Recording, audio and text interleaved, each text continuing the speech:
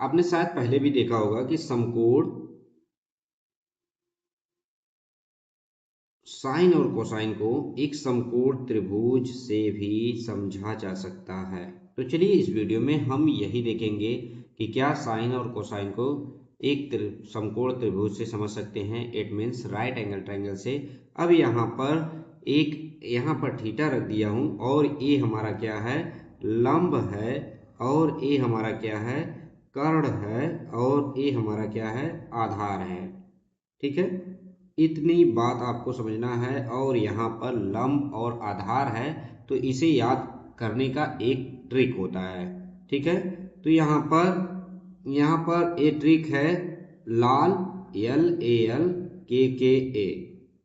ठीक है, इस ट्रिक को अगर आप याद रखोगे तो यहाँ पर आपको हमेशा याद रहेगा लाल बटे L मीन्स लंब, A मीन्स आधार, और L मीन्स लंब, K मीन्स कर्ण।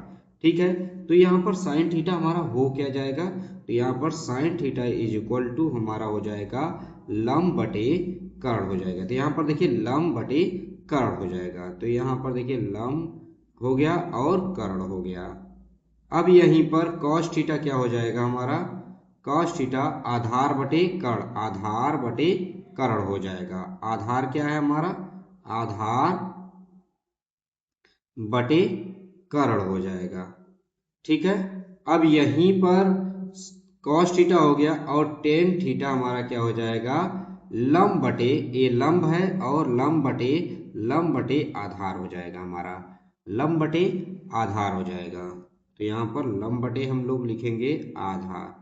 पहले बेसिक बात को काफी अच्छे से समझते चलिए, उसके बाद यहाँ पर क्लियर हो जाएगा कि हम लोग यहाँ पर क्या समझना चाहते हैं। ठीक है, तो यहाँ पर इसको आप लोग याद रखिए और काफी इम्पोर्टेंट है। अब यहाँ पर जरूरी बात यह है कि अगर हम यहाँ पर आकार बदले लेकिन कोण को सेम रहने दें, लेकिन कोण को ना बदले, तो क्या साइन साइन और कास और टेन की वैल्यू बदलेगी या नहीं बदलेगी, हमें ये देखना है। ठीक है, तो मान लीजिए कि यहाँ पर क्या है, यहाँ पर हम मान लेते हैं कि यहाँ पर एंगल हमारा जो है 30 डिग्री है, कोण हमारा जो है 30 डिग्री है।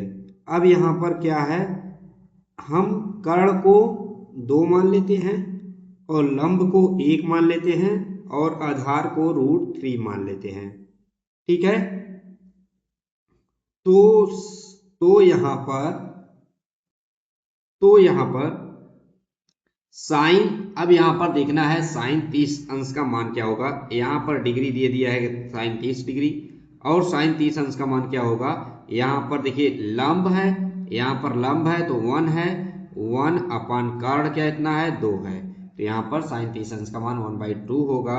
और यहाँ पर cos 30 अंश का मान क्या होगा, अभी हमें देखना है आगे की तरफ, यहाँ पर इनके आकार को बदलने पर क्या वैल्यू बदलता है।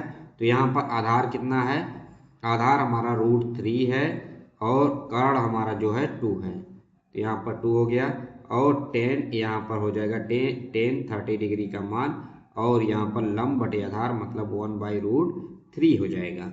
अब यहीं पर कहा जा रहा है कि अगर मैं इसके आकार को बड़ा कर देता हूं तो क्या साइन 30 अंश का मान, कास 30 अंश का मान और टेन 30 अंश का मान बदल जाएगा या वही रहेगा। तो क्वेश्चन यहाँ पर आपके दिमाग में पुट होना चाहिए कि हम यहाँ पर त्रिभुज का जो है मान जो है बढ़ा रहे हैं, और यहाँ पर त्रिभुज को हम लोग थोड़ा सा और इस लंबा कर रहे हैं। ठीक है, बड़ा कर रहे हैं। अगर ये 2 था तो मान लेते हैं हम ये 4 हो गया, अगर यहाँ पर 1 था तो यहाँ पर मान लेते हैं 2 हो गया, और यहाँ पर √3 था तो यहाँ पर मान लेते हैं 2√3 हो गया।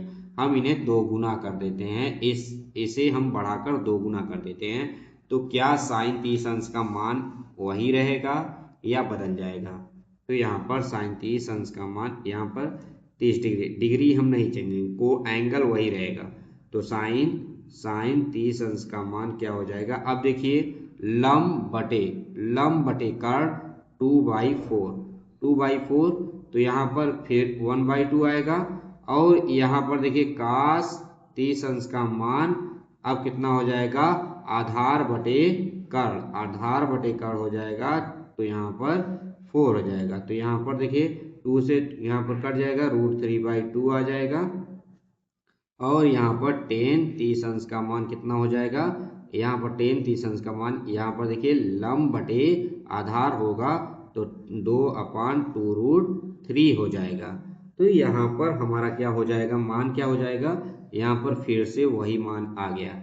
यहाँ पर देखिए हमने जब यहाँ पर इसको हमने क्या किया, इस त्रिभुज को बड़ा कर दिया है, तब पर भी वैल्यू क्या है, यहाँ पर सेम है, यहाँ पर भी सेम है, यहाँ पर भी सेम है और यहाँ पर भी सेम है। वैल्यू जो है चेंज नहीं हुआ, इनका मान जो है बदला नहीं। लेकिन अभी एक चीज है कि अगर मैं इन्हें छोटा कर दूं, अगर मैं इन्हें छोटा कर दूं तो क्या मान बदल जाएगा, क्या मान बदल जाएगा। तो यही हमें देखना है कि अगर मैं छोटा कर दूं तो क्या यहाँ पर मान बदल जाएगा।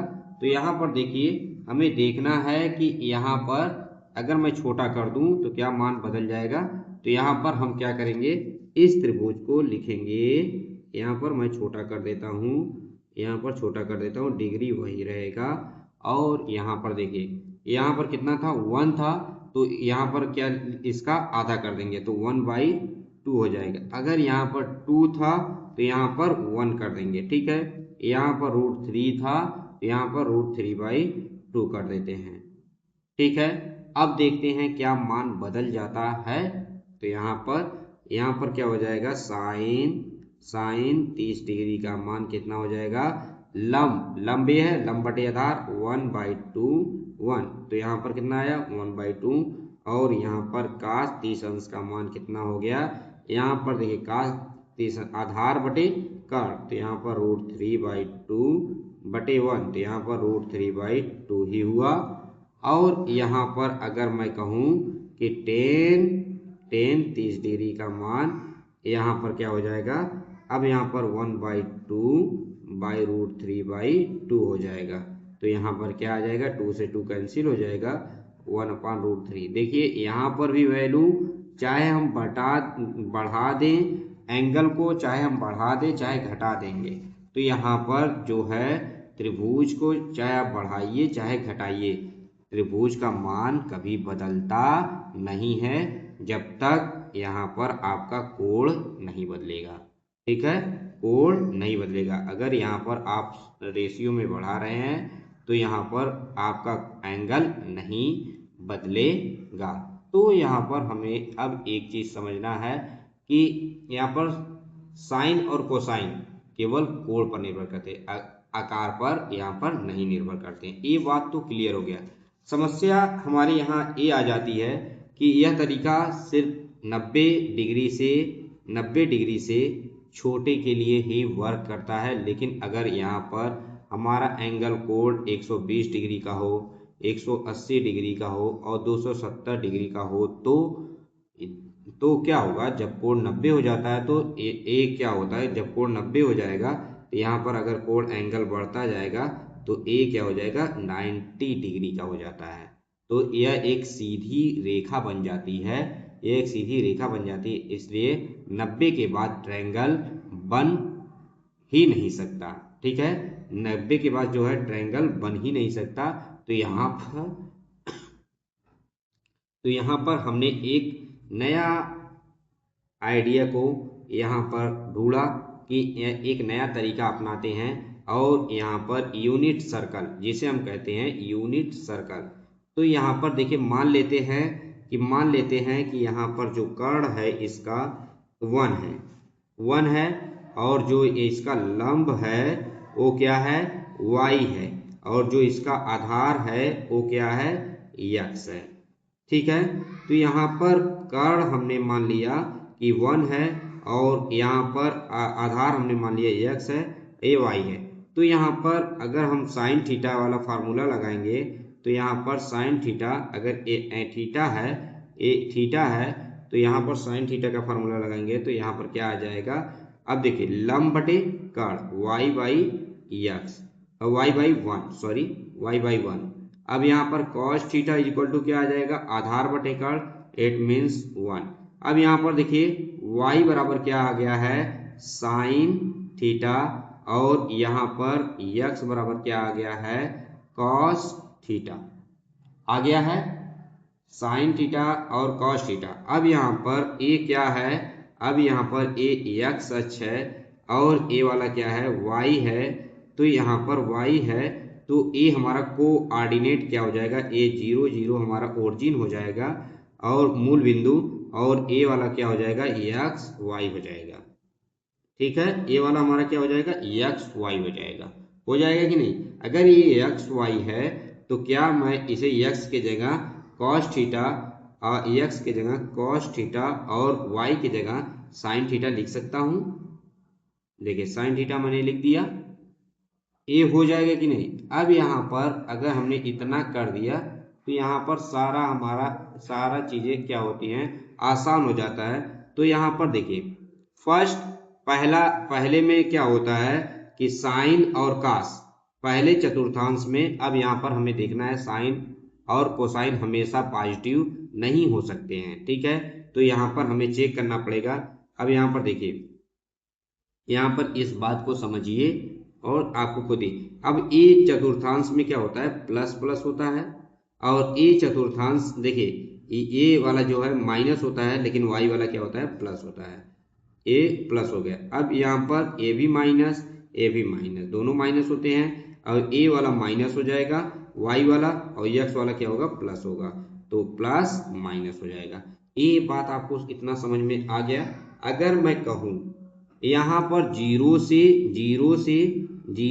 90 डिग्री, 0 से 90 डिग्री का जो मान है वो क्या है, पॉजिटिव है, दोनों पॉजिटिव हैं। तो यहाँ पर x और y, ए प्लस एक x का मान है, ए y का मान है, तो मतलब sine x is equal to cos है और y is equal to sine है। मतलब यहाँ पर दोनों क्या है, प्रथम चतुर्थांश में दोनों का मान क्या होता है, पॉजिटिव होता है। साइन भी पॉजिटिव होता है, कॉस भी पॉजिटिव होता है। तो यहाँ पर इससे आप समझ सकते हैं कि यहाँ पर ये दोनों क्या होंगे, पॉजिटिव होंगे। लेकिन अगर मैं इस चतुर्थांश में आ जाऊंगा, सेकेंड वाले चतुर्थांश में, द्वितीय चतुर्थांश में, तो क्या साइन और कास पॉजिटिव होगा। देखिए यहाँ पर माइनस और किसका मान है, एक्स का, और प्लस किसका मान है, वाई का। तो यहाँ पर आपको पता है कि यहाँ पर क्या है, द्वितीय चतुर्थांश में जो है कास यहाँ पर माइनस है और साइन जो है प्लस है।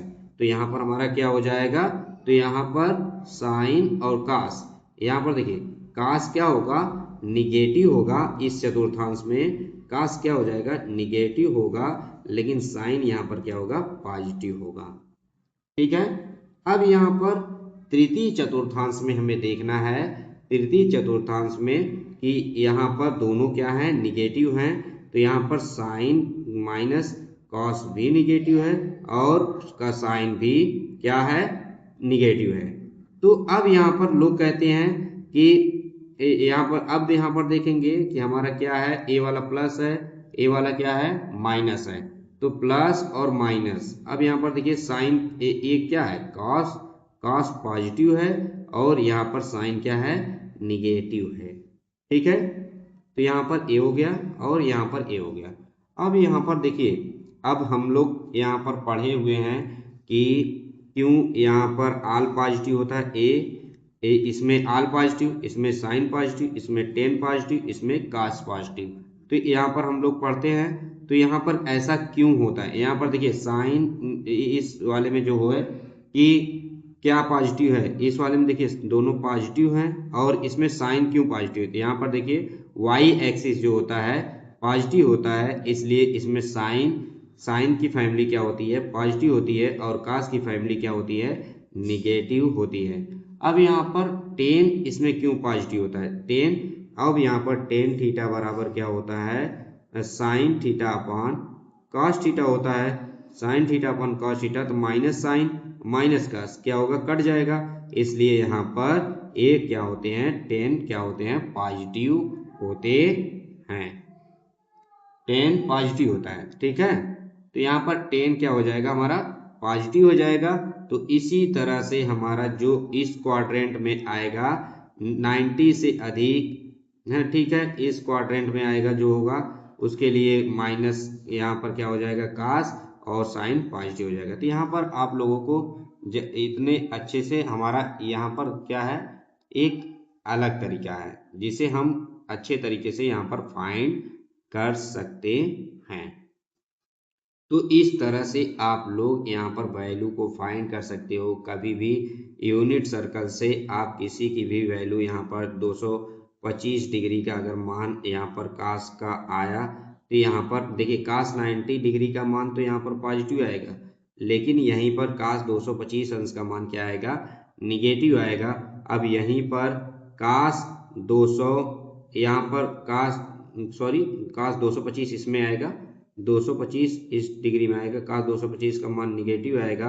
अब यहीं पर कास 135 डिग्री का मान क्या आएगा, निगेटिव आएगा। अब यही इसी क्वाड्रेंट में अगर हम आएंगे तो कास यहाँ पर क्या हो जाएगा, पॉजिटिव हो जाएगा। ठीक है, कास क्या होगा, पॉजिटिव हो जाएगा। ठीक है, कास क्या होगा, पॉजिटिव हो जाएगा। तो इसलिए जितनी बार यहाँ पर साइकिल जितनी बार 360 डिग्री एक साइकिल में कंप्लीट करता है उसी हिसाब से हमारा वैल्यू भी यहाँ पर पॉजिटिव और निगेटिव चेंज होता रहेगा। तो सेम वे है। अगर वीडियो अच्छा लगा हो तो प्लीज़ लाइक करिएगा, चैनल को सब्सक्राइब करना मत भूलिएगा। Thank you.